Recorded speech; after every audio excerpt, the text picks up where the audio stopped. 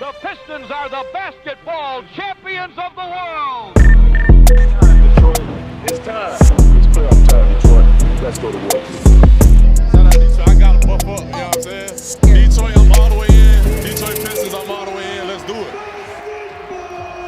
Hello, everyone, and welcome to another episode of the Buffs On Podcast. We are the best POD in the 313, the final episode before the regular season begins.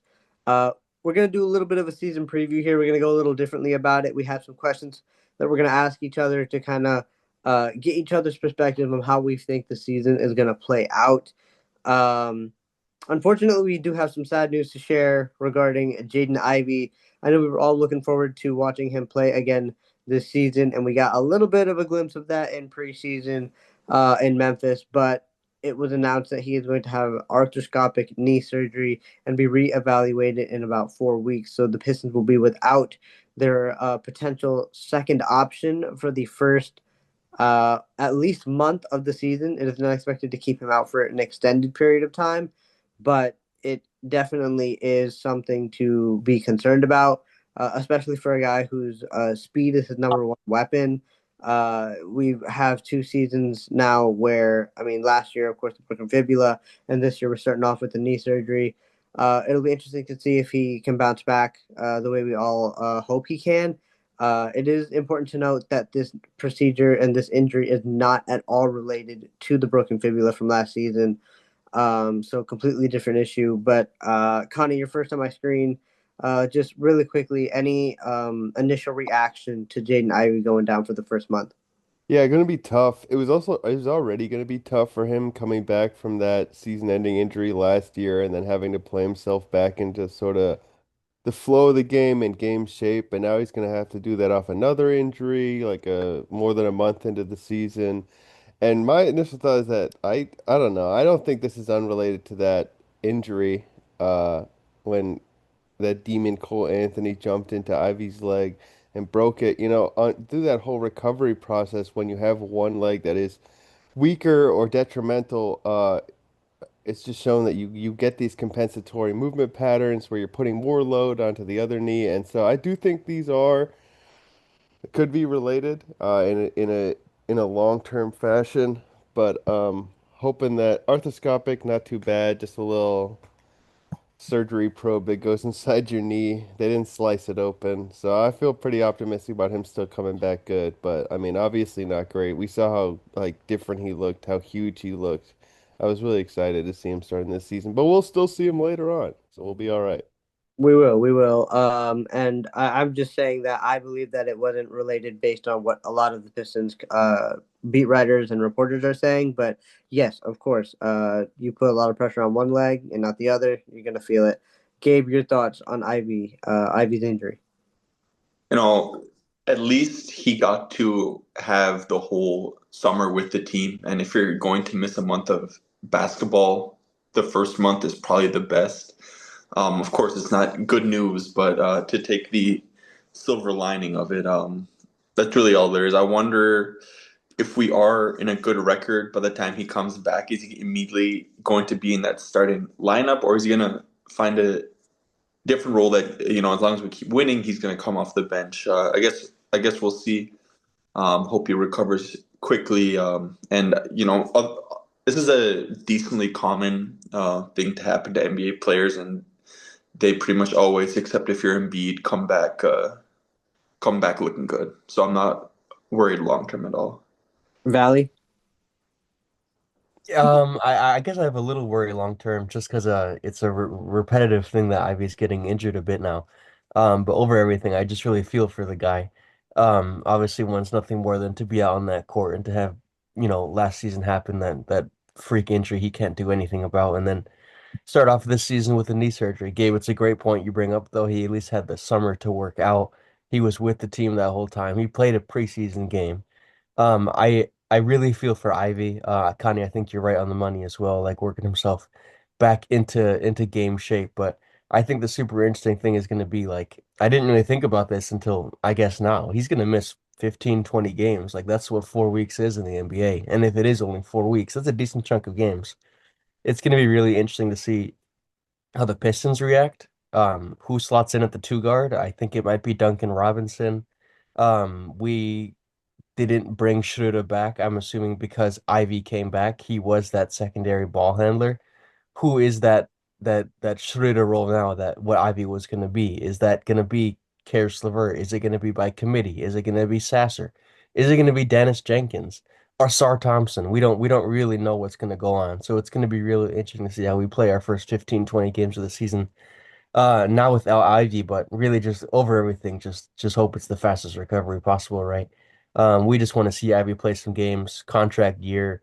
We really don't know how Cade and Ivy fit. Like we really just haven't seen it for a prolonged period of time. Only really in spurts. So hopefully, this is just one bump and then Ivy can play the remaining, 65, 70 games of the season. Yeah, and I think everything you said can be true, right? It can be serviced by committee, point guard by committee. It could be Karras. It could be anybody. So we'll have to wait and see. We can probably get into a little bit more of that as this pod goes on. Connie, going back to your point, it is the right knee that he is having arthroscopic knee surgery on. So it is not the left fibula that he broke. So like you said, a lot of pressure on one leg can impact the other. But that's probably the most upsetting part of the season is we're not going to be able to start off with the core. If you watch the NBA's video on the Pistons training camp, Jalen Duren said this is the first year we're going to have the entire core on the floor. We're going to have to wait a little bit longer to see that come to fruition. But Gabe and Connie have some questions for us that they're going to spit out, and we're going to try to answer them in the best way that we can to kind of give you guys a perspective of how we see this season playing out. So I started with Ivy with Connie. So Gabe, I kick it over to you first. What is one of the questions that you have for this upcoming season? I think we have to start with a group of young guys. Is who do you think is going to take the biggest jump this year? Uh, I'm just gonna go ahead and answer personally. I've listened to a lot of NBA preview pods these past weeks. The starters, Zach Lowe, and they all go under on the Pistons. They say they're going to be a good team. They have young players who will improve. But a name I never hear mentioned is Jalen Duren. I'm very high on this guy. We all are. But if this guy is locked in on defense, like you were talking about against the Wizards, he looked like the best player on the floor, except for Cade, maybe. I think he's going to be locked in if he can play at his level that he played for, half a game last year. If he plays that for the entire games this year, he's already probably the best pick and roller in the league with Cade there. So for me, I just think JD is going to be on that. Is he an all star? Depending on how good our record is, I think he could sneak into that game. I'm really looking for a huge season from him, and then we'll see what happens with his jump shot. Right? Is this legit? He hit that one against the Wizards early. If he's hitting threes, that just changes everything. So yeah, JD is my answer for that one. Certainly, and JD coming off of the Ivy discussion also brings up the point that it was reported that Jaden Ivey and Jalen Duren are not expected to sign an extension before the deadline. So if I'm Jalen Duren, I'm not signing it anyway because I'm probably about to go crazy this season and get myself a big payday. Obviously, with Jaden Ivey, the injuries causing a lot of hesitation from the Pistons side to see is this really what we want to go with going forward. But Valley, I pass it over to you. Who do you think is going to make the biggest improvement this season? You're muted. What I what, what I see a lot in the national media, yeah, I see like you said, they go under a lot in terms of these national podcasts I'm listening to. But there's so much praise to Asar Thompson, I think, and rightfully so. I think a lot of people are excited for him to take that next leap, and I think it is easy to assume or easy to look at our team and point out like he's the guy that's going to take the biggest leap. I mean, you talk about a full off season. This is a guy who came back and could only play in spurts last year because of the blood clot. Having a full off season, having no minutes restriction, having the opportunity, he said to be more aggressive on offense. I like that we're trying to involve him more. It does seem like every kind of shot he takes that's not a dunk is horrible, which is a bit of a concern. But I do think with Ivy being out and with the speed we play, I think he's going to have a really great start to the season. And I think it's almost natural to assume that he could take the biggest leap, but I do like the Jalen Duren shout. especially because coach was saying we're going to look to get him more involved in terms of scoring the ball this year, Jalen Duren, which I do look forward to as well. I could definitely see a big statistical leap from Duren, but I think in terms of an impact, we could potentially see the biggest rise from Asar Thompson this year. Just getting that full opportunity, being fully unleashed, and just being that defensive hound he is. I could see a first team defense from Asar, maybe a second team this year, maybe next to a men. That'd be pretty cool. Extremely and very difficult to argue with either of those answers. Connie, do you have anything different? Yeah, I do. Oh, but I do want to shout JD again because I do think JD is going to make such massive leaps this year. He's already in such a great position playing with Cade Cunningham and being an athletic roller that like free points just come to you. But there have been a couple things in preseason that I've seen that have just really excited me. One of those is they talked a little bit about the grab and go stuff off rebounds, and there was a couple. The first preseason game, he did a lot more, where he was throwing really nice passes on the break, and really getting guys just like good in the flow layups, really. Just off his stuff, where one of them even he grabbed the rebound, turned around, and right as he turned, there was a guard that was trying to poke the ball away from him, which you would think is like that's easy pickings for most guards, just like stealing the ball from a center trying to dribble up the court. But he immediately goes into a crossover, loses the guard, and then throws the ball up the court for a layup. Along with that, his post work seems really nice. He had a little shimmy, little Hakeem fake against the Wizards in the layup. His touch seems great. He had that drive against Jared Allen where he played it off two and then hit the turnaround fadeaway. All that stuff is crazy. But I think the guy that's gonna improve the most is the guy that's already the best guy on the team, and that's Cade Cunningham. Everything I've seen from him in the preseason is like this man is I mean, like it's good that he's playing to get into game shape, but like he should not be playing. This guy is like he's like head and shoulders over every other guy in the court for every game that I've seen him in this preseason. It just seems so effortless to him now, where he just gets to the spots, he hits the shots, he makes the plays. Like it's all seeming to come so easily to him that like I would not I guess I would be surprised, but he averaged 25, 6 and 26, 6 and 9 last year. I think he's either going to average like 30 a game or get to like 12 assists a game. And either of those things, I think the biggest leap is coming from Cade. And I think it's going to be a leap into like superstardom. Absolutely. I mean, Cade Cunningham has just looked, like you said, head and shoulders above everybody else. Jalen Duren, I've loved everything I saw from him in those two games that we saw from JD. Especially, I don't remember what the play was. I think I forgot how he got the ball, but he was in the lane and he got stopped. And instead of like kicking it out or panicking and flipping up this like ridiculous shot, he like turned around and hit like a baby front facing hook. And I was like, if Jalen Duren can hit that consistently, like that's another thing we can go to. Asar, very difficult to argue with. I mean, he just looks like he's poised to take a huge jump. Uh, and I'm not disagreeing with any answers here, but just to be different, I'm going to say Ron Holland. I love everything I've seen from Ron in preseason. The hustle is still there, the disruption is still there, but he's doing everything he used to do, and now he's adding a 3 point shot to it. Um, if he can consistently hit a 3 point shot, I think we've been like we're excited to see what he can do, and if he's going to hit that shot, it's going to be a real big plus. And of course, we're going to be able to see Ron and Asar out there together, the 9 to 5. And of course, Ron hitting that 3 point shot will be crucial, especially if Asar's shooting is not coming along as fast as we would have liked, which that appears to be the case.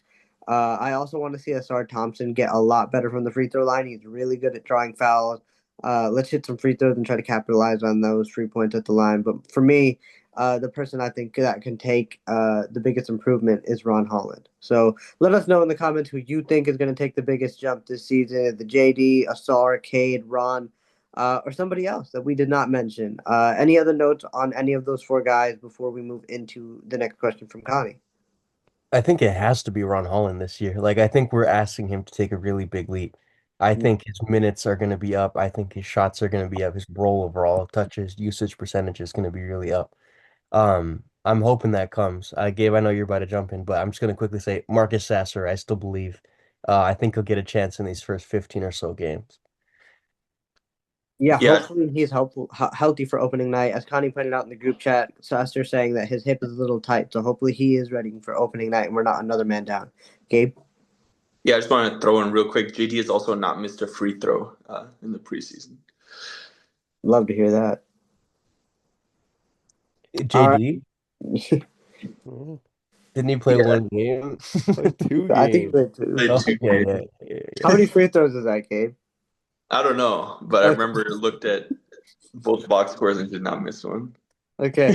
Happy. I'm happy to hear that. Connie, I pass it over to you. What are the questions you have for us for this upcoming season? Um, let's not get negative yet. Save it for So that later. was the biggest jump. Who do we think is going to be the biggest wild card? Maybe somebody that's not that isn't a mainstay, but is going to make a big impact on this team one way or the other that people quite aren't expecting. I could take the lob answer and say Dennis Jenkins.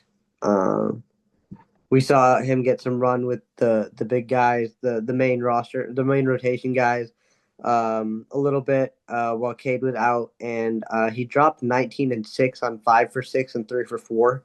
Um, yeah, he's gonna make mistakes because he hasn't always played NBA speed, NBA like minutes. I think there was like the first play of the game, like he got inside and had like a little floater from right in front, and he shot it. He tried to pass it instead of shooting it.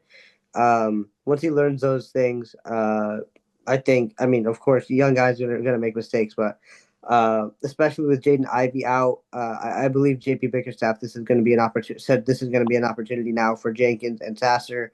I think we're going to see a little bit of Dennis Jenkins while Ivy is out. So maybe he makes a little bit of an impact uh, while we wait for Jaden Ivey to come back. And who knows, maybe he'll make a big enough impact to the point where he takes somebody else's spar minutes. We'll have to wait and see. But the guy that could be the biggest wild card for me could be Dennis Jenkins. Yeah, I don't mind that. There's just like something about Dennis Jenkins that I don't quite believe in. I think I it's know like it's I think it's more like a playmaking thing. Like he gets the assist, but it doesn't seem like he really planned for I it don't to know. Yeah, like creates. And happen. I think there's going to be a lot of times where that just leads to some tough basketball. I mean, I even saw in the preseason like when Cade went out in those couple games and like the leads disappeared. I think it gets a little stodgy with Jenkins at the head, but that could, like you said, like he hasn't had that much opportunity with NBA, real NBA games, and so like I do believe in a skill set there, but I'm just not that sure. X Factor, yeah. Yeah, he's got all the tools in the toolkit. We just got to see if he can put them together and how quickly he can do that. Uh, Gabe, who is the biggest wild card for you? Uh, I was trying to think because all these guys are like, yeah, I could see them being good. For me, it's probably the rookie then, Chaz Lanier. Good answer. I just love the way he shoots, and I'm every game I see, I'm a little more unsure about where the 3 point volume is coming from. If it's not Cade, doubling his attempts, his makes. I just don't think Duncan Robinson is that type of high volume shooter. So I think Chaz, as the season goes on, will increase his role, and I hope by the time we're in the playoffs, he's become set and he understands his confidence, his shot, his ability to make threes. Because I really think this guy can be a special 3 point shooter. He just releases so quick, it's so high, and the energy transfer is just like it's a beautiful thing to watch. So there's nothing expected from him. So if he does give us anything, for me, that's a wild card there. That other teams, he's not in the scouting report other than this guy can shoot the ball.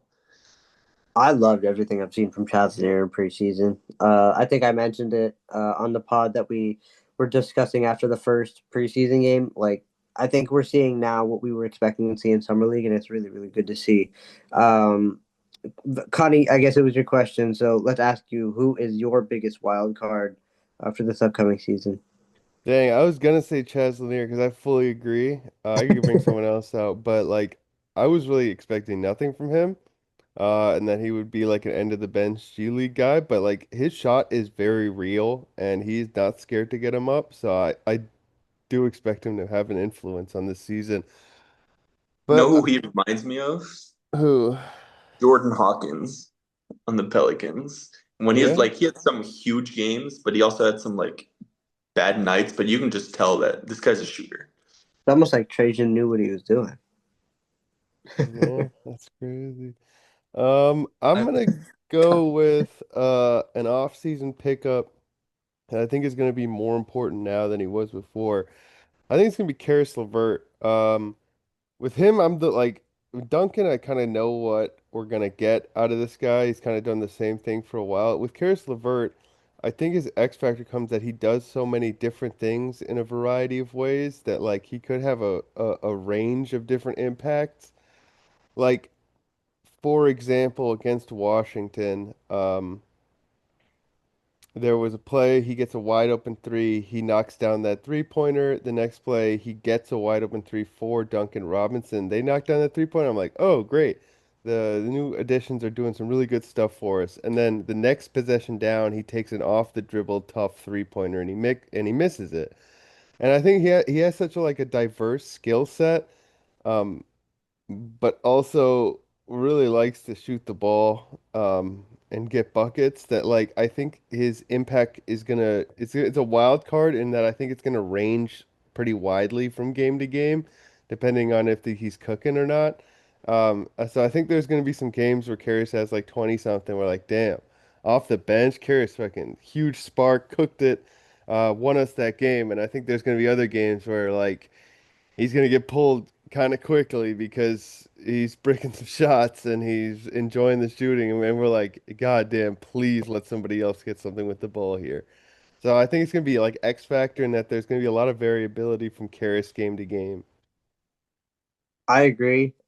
We've only been able to see Karras in very few minutes in preseason, so it'll be interesting to see how his role plays out, especially now that Jaden Ivey's gone, that you mentioned. Valley, who is your biggest wild card for the season?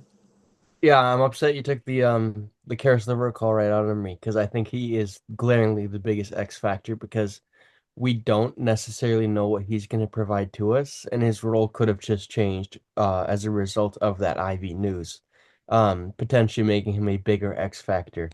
Uh, we a long time ago when we signed Karis LeVert, or maybe even before, mentioned his catch and shoot 3-point percentage last year, and I remember it being a smaller sample size, but it being very high.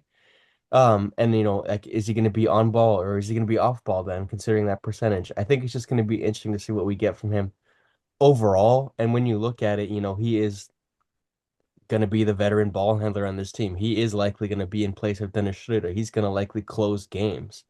This is going to be really interesting just overall to me to see the role he has, his usage rate, just yeah, essentially how much we go through him, especially when it comes down to it. I'm going to really be interested to see if he's the backup point guard on this team, if his minutes overlap with Cade Cunningham. I think he is glaringly the biggest X factor. He's been in the league for the better part of a decade now, if I'm not mistaken. Knows his way around, knows how the NBA works, should be able to really carry over some of that veteran presence that we're perhaps missing from the year before. But again, a totally different personality. And Bickerstaff mentioned as well that he's just one of the best humans he's ever worked with. And that really excites me. And I think that is also a component of the X factor itself. But I think it's the unknown when it comes to him. We don't know what his role is going to be, how he's going to shoot it, how well he's going to shoot it. That really makes him the X factor for me. Yeah, and that number that you were mentioning, 35% on catch and shoot three pointers. So let us know in the comments who you think is going to be the biggest X factor or wild card this season. We had Danis, we had Karras, we had Chaz, and we had who do you take, Val? You take Karras too? Yeah, to cares. You took Karras too. So let us know who you think is going to be the biggest wild card. But who went with that question? That was Connie. Gabe, I send it back to you if you have another question for this upcoming season. Yeah. This is I'll just get right to it here. What's one stat that you'll be looking at that kind of will tell you how good this team is? And I guess I'll start us off to get you guys a little time to think here. Last year I couldn't find exactly what it was, but I remember seeing that we had a really bad record against the top four teams. So this year, I'm looking specifically at our record against the top four teams in each conference. Because to be a decent team, you just got to beat the Wizards, you got to beat the Hornets, the Blazers. But to be a really good team, you also have to beat the good teams. So that is what I'll be looking at this year, and of course it'll change by the time the season ends. See what good teams are actually the good teams. But for me, that's an important marker because guess what? In the playoffs, you're only going to play the good teams. Any of you guys have a stat you're looking at? Um, just Player? off the top I've of my head, I would have to say fast break points. Um, just doing a quick Google search here, it says one source has us as fourth with 17.6 fast break points per game. I think we are a better team when we're out and running, and I think we've been all I've been clamoring for it since we started the pod a few years ago. Is like I want to see a team that plays with pace, and I think we now finally have the roster to do that. In that video that I was mentioning earlier, the training camp video, and that's on the NBA's YouTube channel for the Pistons. Excuse me, Kate Cunningham said, "We're the most athletic team in the league, and if Ivy comes back and he can continue to do what he does and show that speed, uh, Asar, Holland, Duran, Connie, as you mentioned, can board and go and do a crossover and get rid of some guards. Cade Cunningham's Cade Cunningham. We've seen what he can do. Karis LeVert, we've seen a few times. Get the ball and just bring it down the floor and just take it to the basket. I think if we can rank again in the top 3 to 5 of fast break points, it'll really indicate that we're doing what we want to do, which is that grab and go. And we got a lot of early points in the first 10 seconds of the shot clock. And I believe at least a couple preseason games. So that last one for sure. So for me, it's fast break points. I think building off of that, for me, it's hands down going to be turnovers, especially because I think we're going to need and want to play quick, and limiting turnovers will be the key there. But obviously, last year, the year before, we finished 10th in the league in turnovers last year, bottom 10. So better than I actually thought. But even the year before that, especially with Cade, turnovers has been such a huge issue. And if Cade himself wants to take that superstar leap, turnovers got to go down. And if the Pistons as a team want to take that leap to be, a 50 win team or whatever, turnovers are going to have to be down. And we saw in that opening game against the Bucks, not opening game against the Bucks, but we saw off the top of my head preseason against the Bucks how many turnovers we had. Preseason seems like we had a lot of turnovers, and it would just be really, really great to not hamper ourselves, to not shoot ourselves in the foot with careless turnovers, doing stupid stuff. That really just gives us the biggest chance to win. This has been a thing that's plaguing us for years, and I would really love to see the growth of the team, the growth of Cade, to now show that we're over our turnover issues, and I think that would genuinely give us like 5 to 10 more wins a season. Yeah, absolutely. Turnovers has been an Achilles heel for this team for a long time. Sonny, what about you? What are your thoughts? Last season we were 22nd in 3-point attempts. And that was with a historic shooting season from Malik Beasley. So that's something I'm going to be really focused on. Gabe mentioned it that like the volume shooting, you're kind of wondering where it's going to come from. If the Pistons, you just need to get up threes. Like we were literally taking like half the threes that the Boston Celtics were taking. And like, yeah, losing Malik is going to be huge for that. So I'm really going to be looking to see if we are still down there. If we can even maintain there, that'll be all right. Like, it doesn't necessarily mean that you're a bad team if you don't take a lot of threes. The Nuggets were 30th. The Knicks were like 27th. So you can be a good team without hitting threes. But I think with the makeup of this team is to provide space for Cade Cunningham and Asar Thompson and Jalen Durant. Like, three-pointers need to be hit kind of by everybody. So I'll be really looking closely at 3-point attempt rate, really. I was waiting for a point to throw this question in, and I guess now is the best time of any. How many threes does Duncan Robinson make this season? How What was many he? did Beasley hit last year? He's hit, I believe, 190. Beasley hit Beasley hit Close 303. 300, yeah. I'm probably saying like in the mid 200s range. Yeah, I'd say like 220. 20. Okay. I'll pull it up in a second. I think he was 187 the year before and 190 last season. His best 39% years, both years. his best years 270. Say I'll go 250. 250. Okay. Yeah, I think I'm gonna No, stick in that like 200 to 220 range. yeah, it's like 2.5 per game. Assuming he plays most games. Yeah. All right. You can't expect too much more from Duncan, honestly. No, and Connie, I think. Oh, go Maybe. ahead. Sorry. What were you No, saying, it's Gabe?